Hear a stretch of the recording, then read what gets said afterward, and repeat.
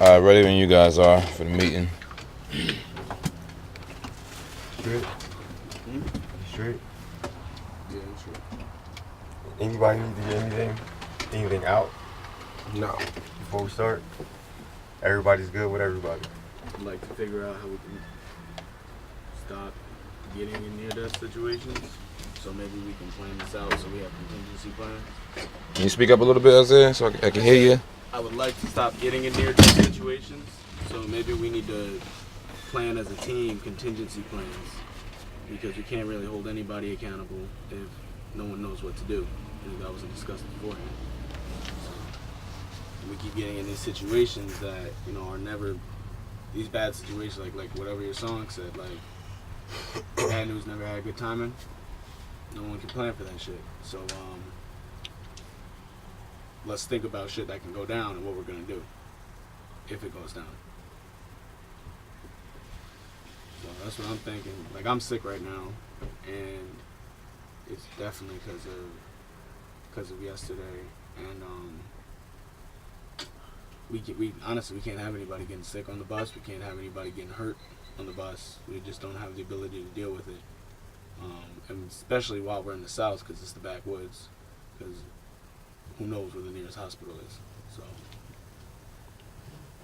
anybody have any? We know if somebody gets lost and they don't have their phone, we go to the last meeting spot talked about and stay there. You know that.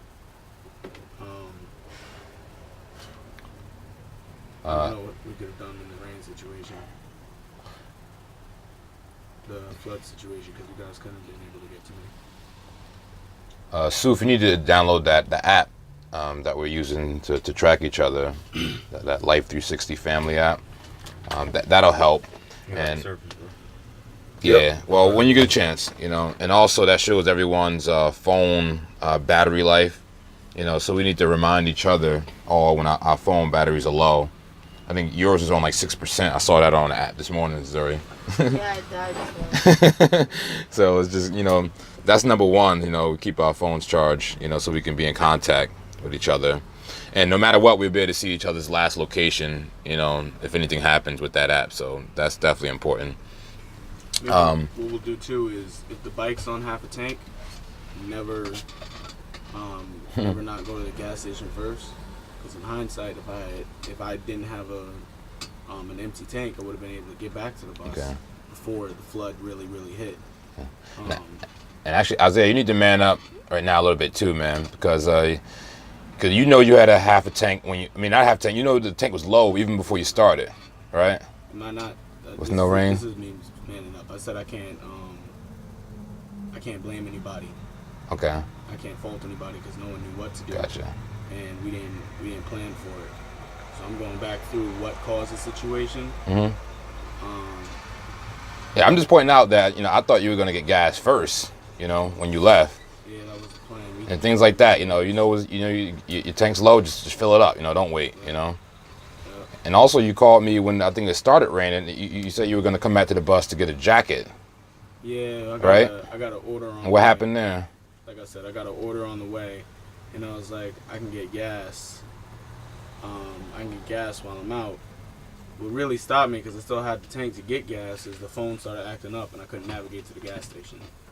Yeah, but not the gas. I'm talking about the jacket right now, though. You know, before the rain got so bad, you had a chance. We were on our way to Walgreens. Huh? When we were on our way to Walgreens. Yeah. Yeah, me and you on the way. Yeah, exactly. Yeah, that was his opportunity to go back and get the jacket, I felt like, which never happened. Yeah, I felt like capitalize on the opportunity I had, because, you know, it's Postmates. Like, you get jobs when you get jobs, and I had a certain goal to get to.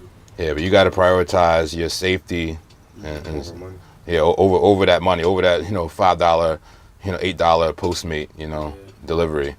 I'm just saying things like that. We gotta use better judgment, you know, in all things, you know, on the road, because any mistakes can be so much worse, you know, in unknown environments and, you know, and conditions. So I'm just being honest, man, and objective right now, you know, pointing out all things. Man. You good? Yeah, I'm good. But you're right, you know, there's some things, some contingency things we can work on a little better. Like, for example, we only have, besides me, I got to drive the Camaro. We have 2 certified bus drivers right now. I don't think both bus drivers should be incapacitated, you know, or drunk at the same time. We weren't. You know what I'm saying? Yeah, I heard Suf wasn't, but still, you guys were out drinking. I'm not saying that's a bad thing. You guys, Zuri was out drinking. Yeah, I was. You wasn't drinking? Yeah, he was. I was straight. I find it very hard to believe that you weren't drinking. For the purpose of driving the bus. I was. Be honest. There you go. That's all I'm saying. But I wasn't. Like, Drinking to get drunk. Yeah. No, he so I only was took cool. Okay. he only took a couple sips of my beer. What Okay. does that do? All right, good job. I'm just saying. Good job to him and good job to us. I wasn't even saying that you were. I'm saying that we can't. We just gotta make that as kind of Yeah, a rule we that you know. both can't be incapacitated unless we somehow train another bus driver. You know. That's fine. You know. We could do that. Should. Honestly, That'd be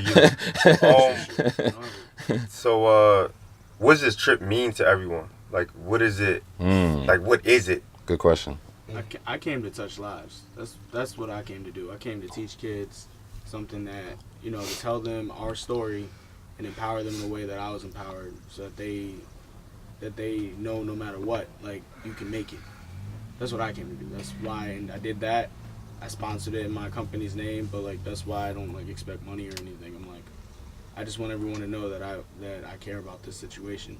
You're doing it for the kids. Okay. Yeah. I'm here for the uncertainty. As in, like, you know, they say a lot of times you got to go to grow. And if you stay in the same space, you'll stay stagnant. So I wanted to come in a new space with new people. And, you know, nothing here is already set out or planned. So all the stability, everything that we need, we're creating our own stability as we go along the way. So I'm building my, you know, my entrepreneurial. I came with an entrepreneurial spirit. I came with a team spirit. Smells like team spirit. No, but like that's why I came on the trip.